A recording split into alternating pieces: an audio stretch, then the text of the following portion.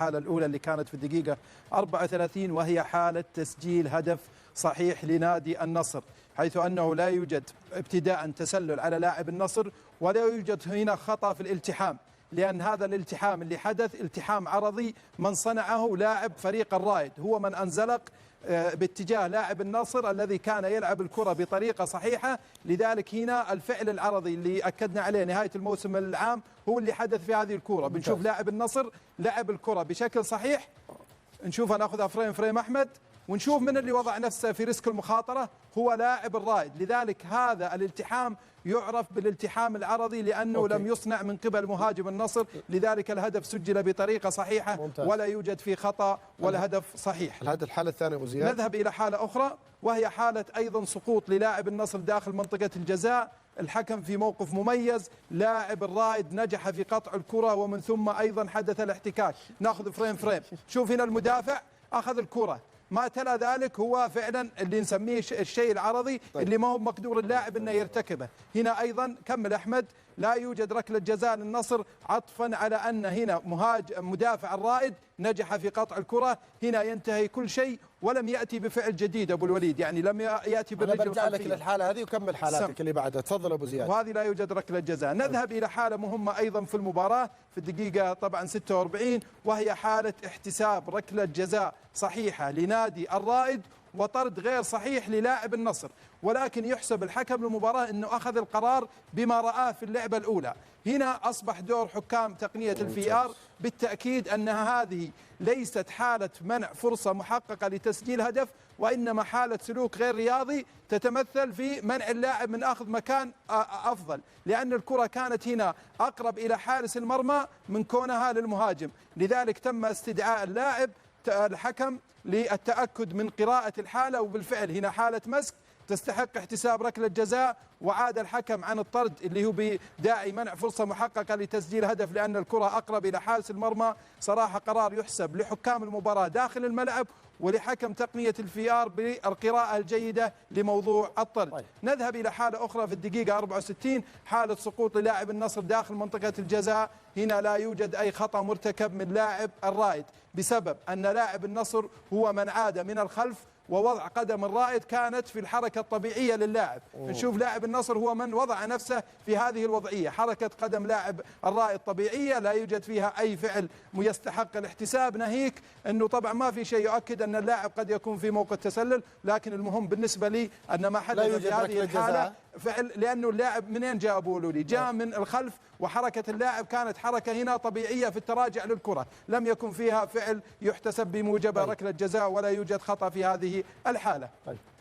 نذهب إلى حالة أيضا مهمة من قبل تقنية حكام الفي آر، وهي إلغاء هدف بداعي التسلل على لاعب النصر. وحنا أكدنا مع وجود التقنية أنها صارت ترسم هذه الأشياء آلية دون تدخل في موضوع وقوع الكرة، لأن هنا من مسافة قريبة يوضح هنا التقدم من قبل لاعب النصر بالجزء الذي أصبح مسموح بتسجيل هدف اللي هو عضد اللاعب، لذلك التسلل يبقى قائم، وهو الجزء اللي كان أقرب إلى خط مرمى فريق الرائد من باقي جسم اللاعب. هنا الكرة لو جت في اليد وجت جول تحتسب لأنها الجزء المسموح، لذلك يعاقب عليها أيضا اللاعب لو كان هذا الجزء متسلل، وهذا ما حدث في هذه الحالة. بنشاهد وين الجزء المتقدم أبو الوليد مع التقنية الأخطاء راحت نسبة 1 من 1000 ها؟ تقريبا هذه حالة تسلل يعني دقيقة جدا من قبل تقنية الفي آر. نذهب إلى حالة أيضا مهمة في الدقيقة تقريبا 100، وهي حالة طبعا استمرار اللعب صحيح من حكم المباراة. لا يوجد هنا لمس متعمد للكرة ولا تكبير ولا فعل إضافي، يد اللاعب في الوضع الطبيعي للتشريح الحركي للاعبين، اليد بجانب الجسم، أيضا اللاعب حاول يبعد بيده إلى الخلف. الحكم المباراة طبعا أرى أنه ذهب إلى مراجعة الحالة كإدارة للمباراة في نهايتها أنها ما تخرج عن السيطرة، ولكن اليقين أنه ما في ركلة جزاء بسبب أنه لا يوجد تعمد ولا تكبير ولا فعل إضافي.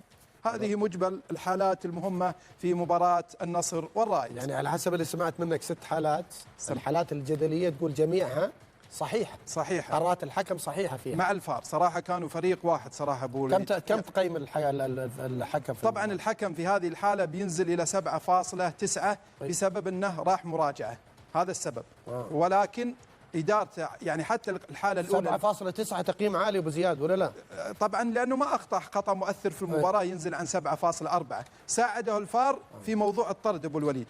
يعني لكن ترى الحاله ايضا دقيقه، يعني الحكم يحسب له في الحاله الاولى انه اخذ القرار كامل منه، انه اعلن عن ركله الجزاء وطرد على يقين انه لاعب الرائد عنده مجال انه يسجل هدف، لكن كانت قراءه تقنيه الفي ار ادق بان لاعب الرائد لا زال هناك مسافة بعيدة عن الحارس، الكرة أقرب للحارس. صحيح. لذلك الحالة تتحول إلى سلوك غير رياضي من منع فرصة محققة. طيب. لتسجيل هدف. أبو زياد الوقت الضايع كان 6 دقائق على المنتخب الذاك، 8 دقائق وصل إلى 12. شوف أي وقت ضايع أبو الوليد يحتسب لابد يلعب كاملا، بمعنى لو توقف داخل الوقت الضايع 10 دقائق هذه ما تحتسب، لازم يحتسب الوقت الفعلي اللي لعب في ال8 دقائق. أي توقف يحذف إلين يكتمل ال8 دقائق كاملة، وهذه قلنا خلاص بموجب الساعات الموجودة الإلكترونية مع التشيك مع حكام تقنية الفي ار أصبح الخوض في مثل هذه الأشياء أنها زيادة أو زيادة يمكنها قليلة، لكن هذا الأكيد أنه أي وقت ضايع لابد يلعب بعيدا عن امتداد المباراة. أي استفسار أبو وليد؟ شكرا يا أبو زياد، يعطيك العافية على كلام الكابتن عبد الله القحطاني المستشار التحكيمي. جميع قرارات خالد طريس صحيحة في مباراة النصر والرائد.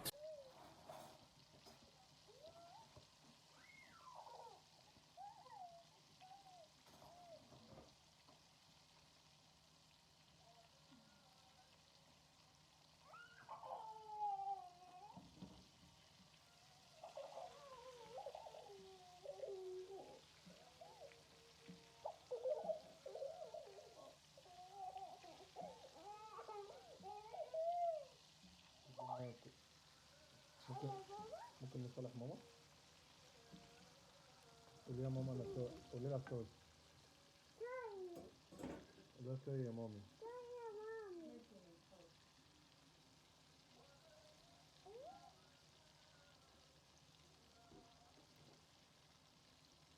يا بنت الأرض ده بطاري بقى. يا بنت لا أنا مش عايزة تتضرب فعلا بقى. هنرجع ونتكلم عن الفرق الأكثر توقعات بالنسبة لها إن هي تحقق موسم جيد في دوري روشن. هنبتدي بنادي القادسية. القادسية اللي عمل ميركاتو جيد جدا، ومن الموسم الماضي في استقرار على المدير الفني، غير الصفقات العالمية زي ديبالا، زي أوباميانج المهاجم، مهاجم أرسنال السابق، وأيضا ناتشو، العديد من الأسماء. ونادي القادسية إن هو تحس واخد المدرسة الأسبانية. نادي جيد جدا ومتوقع ليه ان هو يحقق نتائج ومستوى رائع في دوري روشن. النقطة اللي ممكن تضر نادي القادسية هي التوقعات الكبيرة اللي بالنسبة للناس متوقعة فيه يعني ان هو يقدم مستوى قوي جدا، فالامر ده ممكن يضر الفريق في حالة ان هو حقق نتائج سيئة. القادسية هيلعب أول مباراة أمام الفتح على النقيض تماما، عنده مشكلة في المدير الفني، لم يستقر حتى الآن على المدير الفني الجديد، والفتح بيطلق عليه النموذجي، لكن هيكون الموسم ده أمام تحدي كبير جدا، خاصة أن نادي الفتح ما جددش صفوفه بصفقات جيدة، عنده مشكلة في المدير الفني. وهناك ديربي ما بين الفتح والقادسية في أول مباراة، أول جولة في الدوري السعودي. هننتقل لنادي تاني وهو نادي الاتحاد. الاتحاد صفقاته مميزة هذا الموسم، صفقاته مدروسة سواء على حراسة المرمى، رحيل حمد الله اللي هنجيله بعد شوية. رحيل حمد الله ان كريم بنزيما يبدو ان هو مركز، والموسم الموسم ده مركز. شفنا كريم بنزيما ومنافسته مع حمد الله أدارت فريق الاتحاد الموسم الماضي. كريم بنزيما مركز، والاتحاد بينتهج المدرسة الفرنسية بالنسبة للمدرب والعديد من اللاعبين عوار والعديد من الصفقات. نادي الاتحاد ينقصه مركز المدافع، اللي أعتقد لو دعم المدافع هيكون منافس قوي، مش منافس بس على دوري روشن، لا هيكون هينافس بقوة على لقب الدوري، هيكون في المراكز الأولى الأول والثاني وينافس الهلال بقوة. بالنسبة لحمد الله وانتقاله لنادي الشباب، حمد الله صفقة جيدة جدا لنادي الشباب. هيلاقي المناخ اللي يقدر يسجل فيه. حمد الله لو سجل 16 جون هيكسر رقم عمر السومة ويسجل رقم خاص بحمد الله، رقم تاريخي. فحمد الله هيكون امام تحدي. المفاجأة لينا ان نادي الشباب يحقق نتائج جيدة، لكن ما نقدرش ان بصفقات نادي الشباب والانتدابات ما نتوقعش ان هو هيكون طفرة بالنسبة لنادي الشباب. هيحتل مراكز ما بين الخامس للثامن، ده بالنسبة لنادي الشباب.